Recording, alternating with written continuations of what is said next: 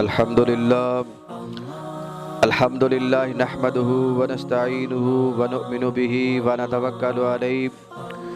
ونعوذ باللہ من شرور انفسنا ومن سیئات اعمالنا من یهده اللہ فلا مضل له ومن یضلل فلا ہادی له ونشهد ان سیدنا ومولانا محمدا عبده ورسوله اما بعد فاعوذ باللہ من الشیطان الرجیم بسم اللہ الرحمن الرحیم قال اللہ تبارک و تعالی فی القرآن المجید ما یلفظ من قول الا لدیہ رقیب عتید آمنت باللہ صدق اللہ العظیم وبلغنا رسولہ النبی الکریم الامین الرؤوف الرحیم ان اللہ وملائکتہ یصلون علی النبی یا ایہا الذین آمنوا صلوا علیہ وسلموا تسلیما الصلاۃ والسلام علیک یا سیدی یا رسول اللہ الصلاۃ والسلام علیک یا سیدی یا حبیب اللہ۔ ناظرین، آج ہم زبان کی حفاظت، زبان کے آداب، اس موضوع پر جو ہے چند باتیں آپ کے سامنے ذکر کرتے ہیں۔ زبان اللہ رب العزت کی ایک بہت بڑی عطا کردہ نعمت ہے جو انسان کو اپنے جذبات کے اظہار کے لیے، اپنے گفت و شنید کے معاملات جو ہے اس کو بیان کرنے کے لیے اللہ کریم نے عطا فرمائی ہے۔ بلا شبہ اللہ کی طرف سے عطا کردہ نعمتیں انسان اگر ان کا شمار کرنا چاہے تو ان کو شمار نہیں کر سکتا، لیکن زبان کائنات کے اندر انسان کو اللہ رب العزت نے بہت بڑی نعمت کے طور پر عطا فرمائی ہے۔ یہاں تک کہ بہت سارے لوگ جن کے پاس زبان تو ہے لیکن وہ اس کے ساتھ اپنے جذبات کا اظہار نہیں کر سکتے، تو ان سے ذرا پوچھ کر دیکھیں، ان کے سامنے اپنی زبان کے جو معاملات ہیں پھر ان کو دیکھیں تو احساس ہوگا کہ انسان کو زبان کی صورت میں اللہ رب العزت نے کتنی بڑی نعمت عطا فرمائی ہے۔ ہر نعمت کا اندازہ اس وقت ہوتا ہے جب وہ نعمت جو ہے یا چھن جائے یا پھر جس کے پاس نعمت نہ ہو اس کے سامنے اس نعمت کے اظہار کو دیکھے، انسان غور کرے، پھر اس کو پتہ چلتا ہے کہ اللہ کریم کی عطا کردہ انسان کے پاس کتنی بڑی بڑی نعمتیں ہیں۔ ان تمام نعمتوں کے اندر ایک بہت بڑی نعمت جو ہے زبان بھی ہے۔ زبان جو ہے ایک ایسی چیز ہے جو انسان کو کامیابی بنا سکتی ہے اور انسان کو ناکام اور نامراد بھی بنا سکتی ہے۔ اگر انسان زبان کی حفاظت کرتا ہے تو دنیا کے اندر بھی اس کے لیے کامیابی کی ضمانت ہے اور آخرت کے اندر بھی کامیابی اور کامرانی کی ضمانت ہے۔ اور زبان کی جو اس کے آداب ہیں، اس کے گفتگو کے آداب ہیں، زبان کے ساتھ جن گناہوں کو سرزد کیا جاتا ہے، جو گناہ سرزد ہوتے ہیں جن کا اظہار زبان کے ساتھ ہوتا ہے، جیسے کسی کی چغلی کرنا، جیسے غیبت کرنا اور جھوٹ بولنا، اسی طرح گالی گلوچ کرنا، فسق و فجور کرنا، یہ وہ گناہ ہیں جن کا اظہار انسان زبان کے ساتھ کرتا ہے۔ جب ان کا انسان زبان کے ساتھ اظہار کرتا ہے تو یہی گناہ جو ہے وہ انسان کے لیے تباہی اور بربادی کا سبب بن جاتے ہیں۔ اور دوسرا، انسان کے لیے سب سے بڑی جو تباہی لانے والے جو انسانی اعضاء ان میں سے ہاتھ ہے، کہ ہاتھ کے ساتھ بھی انسان بعض اوقات قتل و غارت گری کرتا ہے، لڑائی جھگڑا کرتا ہے، دنگا اور فساد کرتا ہے، اس سے بھی معاشرے کے اندر پریشانی پیدا ہوتی ہے۔ تو اس لیے زبان اور ہاتھ یہ دونوں جو ہیں رسالت مآب صلی اللہ علیہ وسلم نے ان کی اہمیت کے پیش نظر جو ہے آپ نے ارشاد فرمایا، مسلمان کی تعریف یہ بیان فرما دی، فرمایا کہ المسلم من سالم المسلمون من لسانہ و یدہ، کہ مسلمان وہ ہے جو اپنی زبان اور اپنے ہاتھ کی حفاظت کرتا ہے۔ المسلم من سالم المسلمون، کہ مسلمان وہ ہے کہ جس سے مسلمان سلامت رہے، من لسانی، کہ اس کی زبان سے، و یدہ، اور اس کے ہاتھ سے۔ گویا دوسرا مسلمان جو ہے اس کی زبان سے محفوظ رہا، اس کے ہاتھ سے محفوظ رہا، تو یہ در حقیقت مسلمان ہے۔ آج ہم بعض اوقات نماز بھی پڑھتے ہیں اور دیگر عبادات بھی کرتے ہیں، لیکن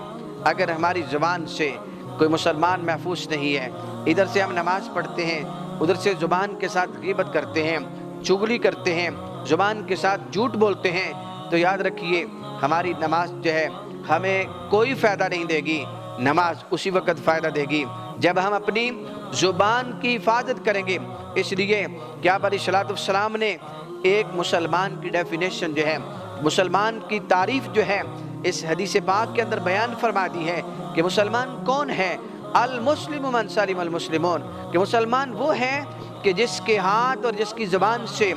دوسرا مسلمان جب امن میں رہتا ہے،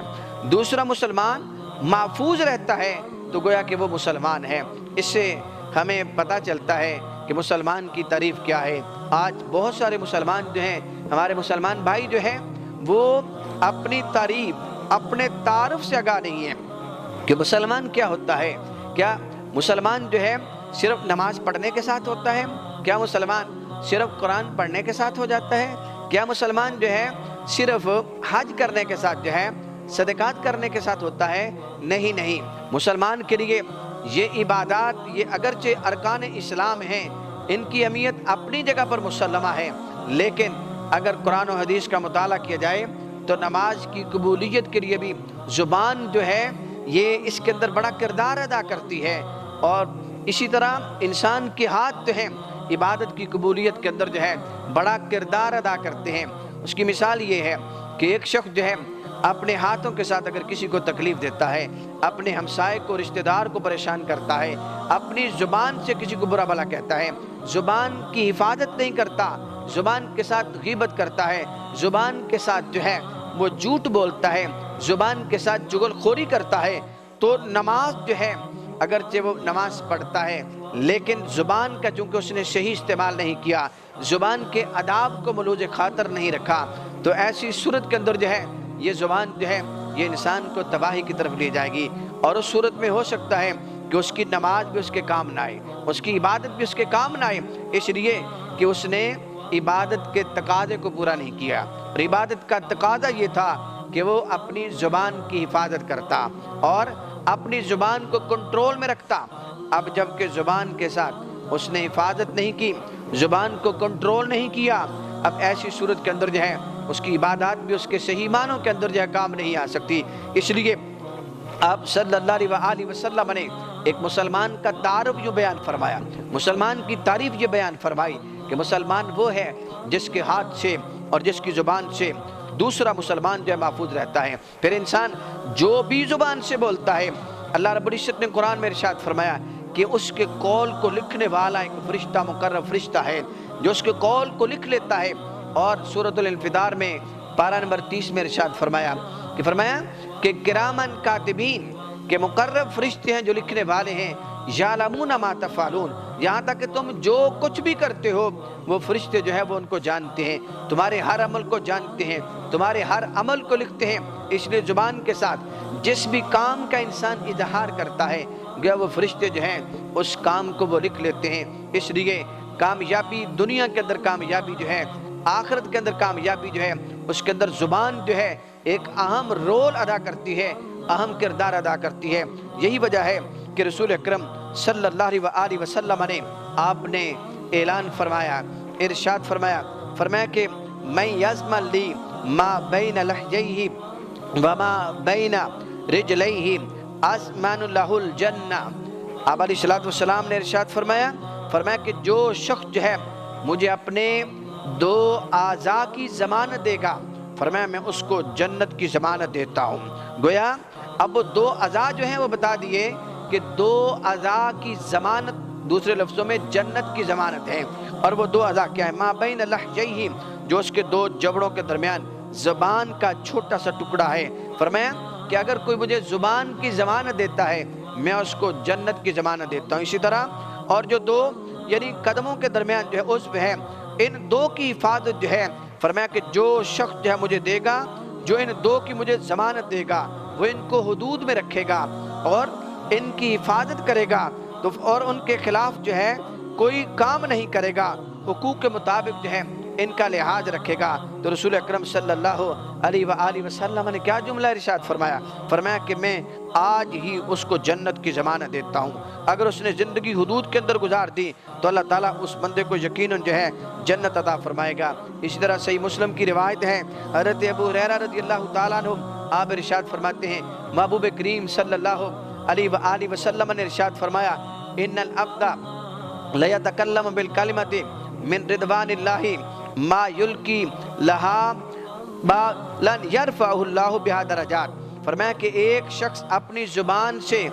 ایک لفظ بولتا ہے اور وہ اللہ کی رضا والا لفظ ہے، اس میں اللہ کی خوشنودی ہے، تو فرمایا اسی انسان کے اس انداز کے اندر وہ بولا لفظ جو ہے، فرمایا بولتے وقت اس نے کوئی توجہ نہیں دی، دل متوجہ نہیں تھا، دماغ جو متوجہ نہیں تھا، ویسے ہی کلمہ اس کی زبان پر نکل آیا، تو ارشاد فرمایا کہ خالق کائنات اس کلمے کے صدقے جو ہے اس کے درجات کو بلند فرما دے گا۔ اس سے پتہ چلتا ہے کہ زبان سے جب بھی بندہ کلمات بولے، اچھے کلمات بولے، اس لیے کہ زبان ایک ایسی چیز ہے جو انسان کے لیے، آپ صلی اللہ علیہ وسلم ارشاد فرماتے ہیں کہ جو زبان کی ضمانت دیتا ہے اس کے لیے جنت کی ضمانت ہے۔ تو اس لیے اگر کامیابی چاہتے ہیں تو دنیا کے اندر رہتے ہوئے اپنی زبان کی حفاظت کرنی چاہیے، قول و فعل کے اندر تضاد نہیں ہونا چاہیے۔ زبان کو جو حدود رب کائنات نے بیان فرمائی ہیں اسی کے مطابق اگر اس کا استعمال کرتے ہیں تو یہی زبان ہمارے لیے کامیابی کی ضمانت دیتی ہے، مگر نہ ہمارے لیے ناکامی اور نامرادی ہے۔ اللہ تعالی ہمیں اپنی زبان کی حفاظت کی توفیق عطا فرمائے۔ وآخر دعوانا الحمدللہ رب العالمین۔